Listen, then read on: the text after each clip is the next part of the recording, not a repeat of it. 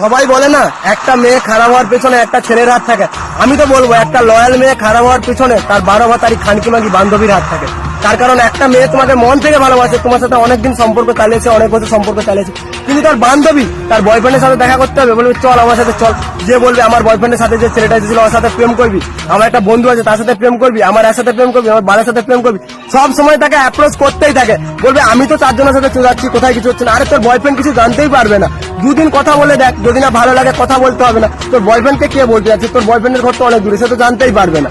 আর এমন ভাবে ঠিক একটা মেয়ে কথা বলতে শুরু করে, কথা বলতে বলতে ছেলেটার থাকে এবার লুকোতে শুরু করে। আর একটা মেয়ে যখন একটা অন্য ছেলের সাথে কথা বলে সেটা মেয়েটার ব্যবহারেই বোঝা যায়।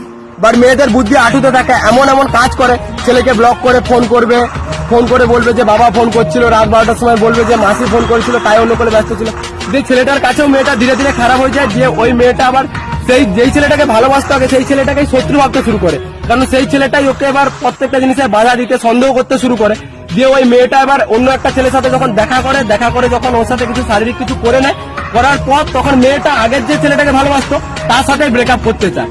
এভাবেই ধরতে গেলে একটা মানে ভালো মেয়ে, লয়াল মেয়ে, সে খানকিতে পরিণত হয়। আর একটা ভালো ছেলের জীবন যার কোনো দোষ নেই কিছু নেই, যে মন থেকে 100% ভালোবেসেছিল, সেও নষ্ট হয়ে যায়, সেও খারাপ হয়ে যায়।